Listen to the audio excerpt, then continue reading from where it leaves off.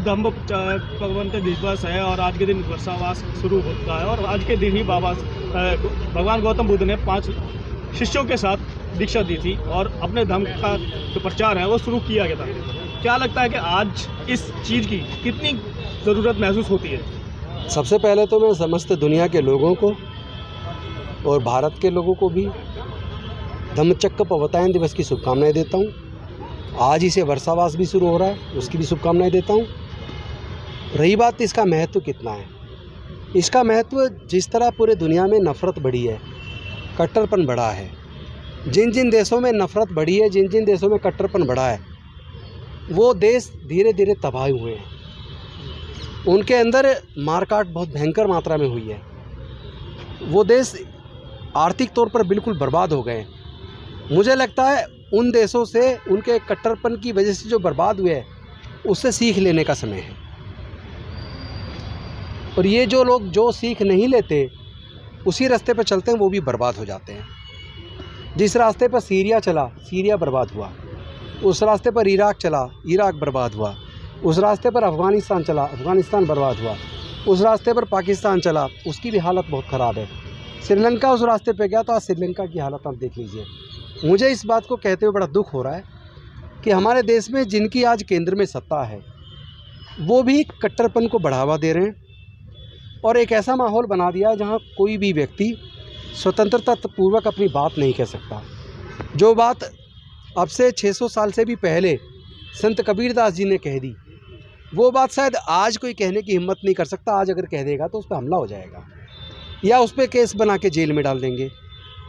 लोगों की भाषण और अभिव्यक्ति की आज़ादी को छीन लिया गया है। तो ये जो लोग ऐसा कर रहे हैं, वो बेशक खुश हो रहे हों, लेकिन मैं इतना दावे के साथ कह सकता हूँ, बड़े विश्वास के साथ, अनुभव के साथ कह सकता हूँ कि ये मार्ग सबके लिए कल्याणकारी मार्ग नहीं है।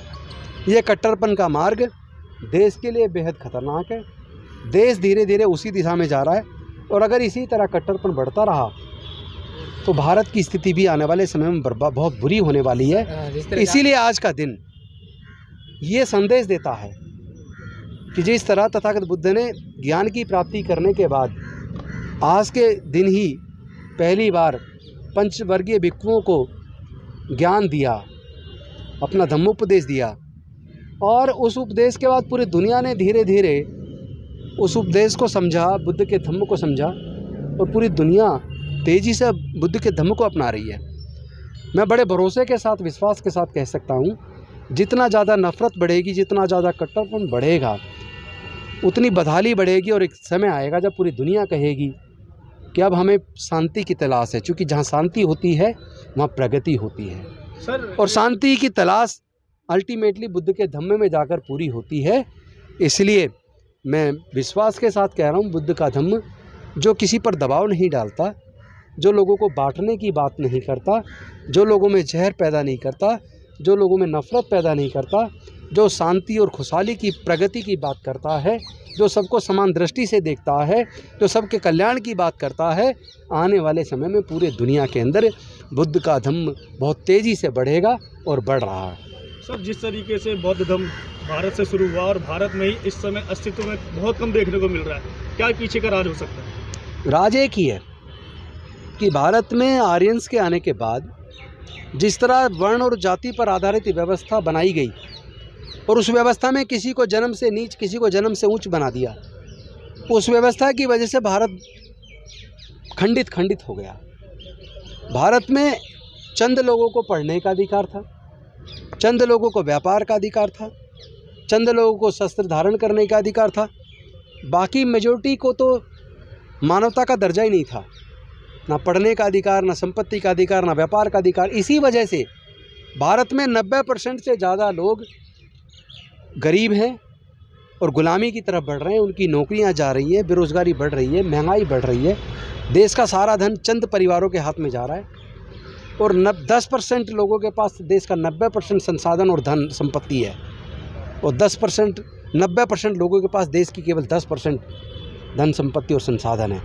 ये जो डिस्पैरिटी है, ये देश को बांट रही है। बहुत तेज़ी से अंदर एक वर्ग क्लास बनती जा रही है, जो आने वाले समय में बहुत खतरनाक होगा जिस तरह सरकारों ने महंगी शिक्षा करके देश के गरीबों से, मज़दूरों से, किसानों से शिक्षा को छीन लिया है, फिर से ठेकेदारी प्रथा लाकर सरकारी संस्थानों को प्राइवेटाइज करके हमारे लोगों के आगे बढ़ने के रास्ते बंद किए हैं। इसमें अगर कोई बचा सकता तो एक ही तरीका है, इस देश का दलित, पिछड़ा, आदिवासी और गरीब मजदूर, किसान, वो सब लोग एकजुट हो जाएं और भारत का संविधान ही उन्हें बचा सकता है। बाकी तो मनुस्मृति तो फिर से वापस आकर सबके अधिकारों को छीनने का काम करने वाली है।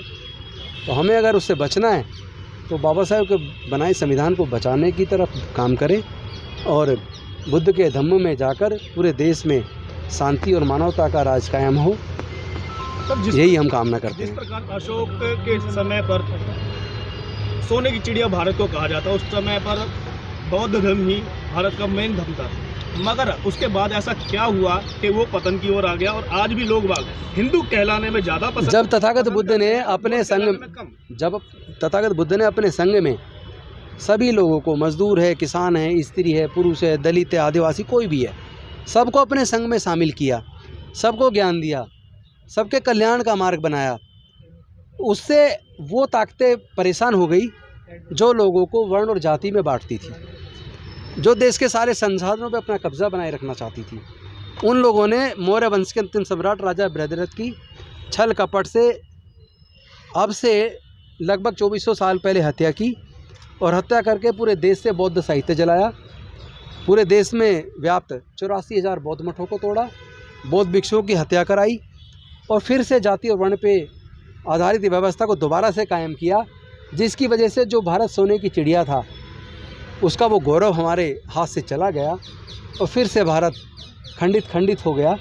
तो मैं तो भारत के सभी लोगों से, दलित, पिछड़े, आदिवासी, मजदूर, किसान, या सब लोग जो मानवता पसंद है, उनसे ये आह्वान करना चाहता हूँ कि आप लोग अगर शांति और विकास चाहते हैं तो इंसानियत को ही सबसे बड़ा धर्म मानिए। सब लोग एकजुट होकर बांटने वाली शक्तियों को कमज़ोर कीजिए और जोड़ने वाली शक्तियों को मजबूत कीजिए। आपने श्रीलंका की बात की कि वहाँ माना जा रहा है कि बौद्ध धर्म था, वहाँ फिर भी हालात स्थिर हो गए, लेकिन भारत में तो नहीं, बौद्ध धर्म था, आप समझो बात को। बुद्ध का धम्म जो तथागत बुद्ध का दिया है उस पर चलेंगे तो सबका कल्याण है।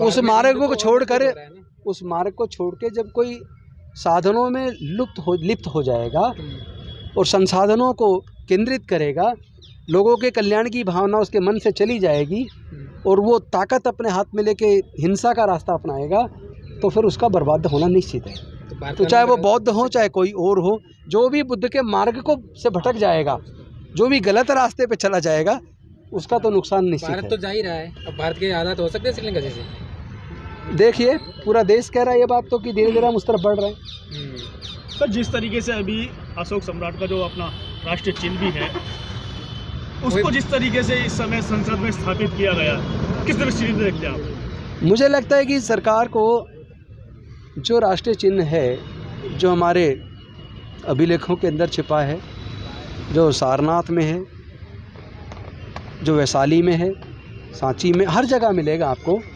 जो हमारे नोट के अंदर छपा हुआ है, जो हमारे नेशनल आर्काइव्स के अंदर है, उसी को बनाना चाहिए था ताकि ये विवाद ना बने। लेकिन मुझे लगता है कि उनकी सोच अपनी जगह है, आप लोग उस पे ज़्यादा मुद्दा ना बनाएं। उन्होंने उसको दहाड़ता हुआ शेर बना दिया। दहाड़ तो ठीक है, पर दहाड़ किसकी तरफ? जो लोग देश की ज़मीन को कब्जा रही है, चाइना जैसे देश, तो वो दहाड़ दिखनी चाहिए, वो नहीं दिख रही है। केवल अपने राष्ट्रीय चिन्ह में दहाड़ का चिन्ह बनाने से काम नहीं चलेगा। हमारी देश की भूमि की तरफ जो आंखें गड़ी हैं, उनकी तरफ हमें दहाड़ बनानी पड़ेगी। मुझे लगता है यही एक मार्ग है। Thank you. सही मानते हैं गलत? इतना और बता दें। नहीं, मैं तो बता चुका और कैसे इसका विस्तार पूर्वक कितना विस्तार। एक बार हमारे चैनल एशियन पत्रिका को देख रहे हैं तो सब्सक्राइब करना ना भूलें और वो बेल आइकन भी दबाएं, जिससे हमारे अपडेट वीडियो आपको मिलते